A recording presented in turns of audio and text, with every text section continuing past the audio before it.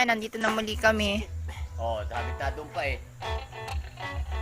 Pailan lolo yan? Pa-5, patatlo? Pa-4 na box.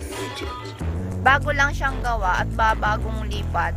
Mga ilang buwan na yan lolo?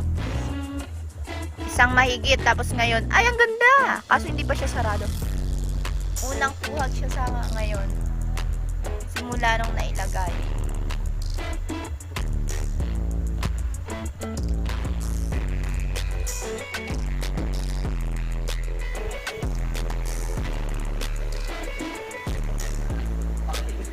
Tatay ko ulit.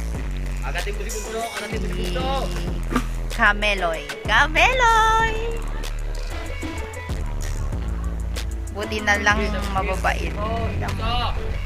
Maganda na siya, kaso hindi pa sarado. Mga 1 week bago siya magsara.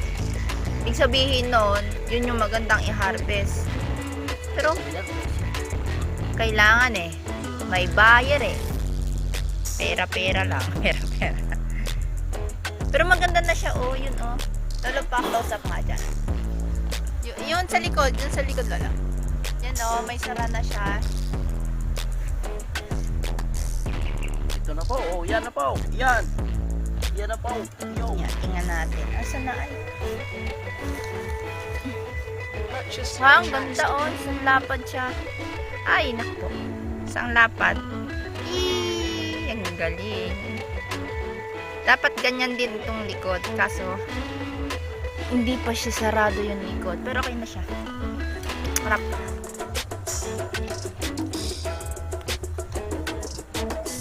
Oh, nag-i-scalpitic na tayo. Wala naman yun.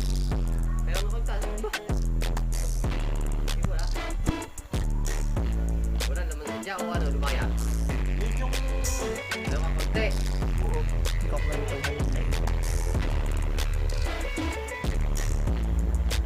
Kaya kaming pausok eh. Kaya ano, yung magandang pausok. Kaya nag-improvise ang tatay ko. O, sino makakaisip niyan? Kawayan, nilagyan ng bunot sa loob. May butas parehas. Mga matatalinong nilalang na nakakaisip niyan. Mga sinaunang nilalang. Mga sinaunang nilalang. Sabi ngayon magkabila.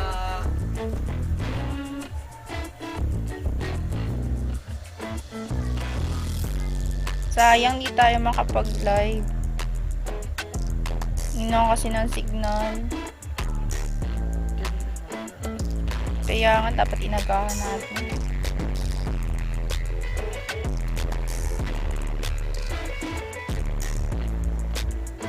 Maganda po ang honey ngayong COVID.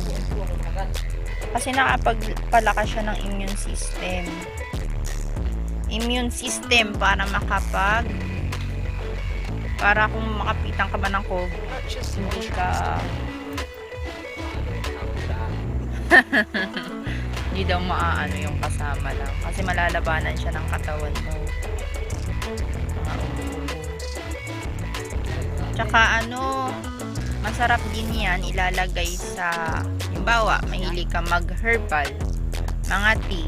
Sa halip na asukal yung ilalagay mo, yan yung ilalagay mo honey. Tapos, yung iba ginagawa nilang vitamins, yung kumukuha sa amin sa Chao. Vitamins dun sa anak nila. Sa 1 spoon, tablespoon a day. Sabi nila, naging masigla ng kumain kumpara dati. Kita mo yung bis. Kita nyo po yung bis. Nagliliparan sila. Punta sila sa akin. Maganda to. Ang dami. Palibasa bago siya. Maganda yung paghahani niya.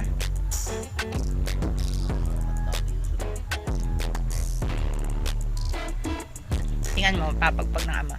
Yan! Yung bis. Nagpataka na. Yan! Hihihi! Tikira!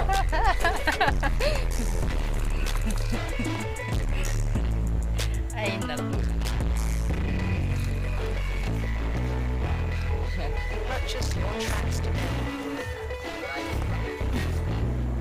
Yan. Tingnan nyo yung ano. Maganda yung pagkahahanin niya. Ma-orange-orange. Ibig sabihin, okay na siya. Hindi siya ganun bata. Pag kasi yung maputi, asan na yung maputi?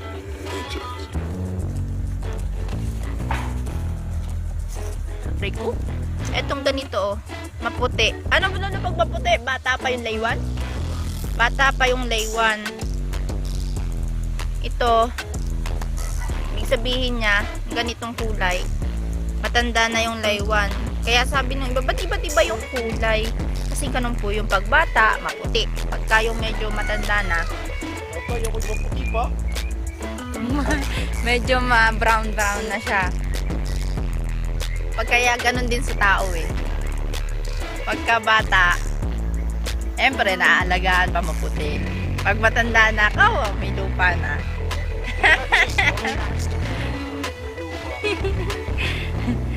Oh, sige na. Upload na muna natin to 6 minutes na. Bye-bye! Say bye-bye, Lolo. Bye.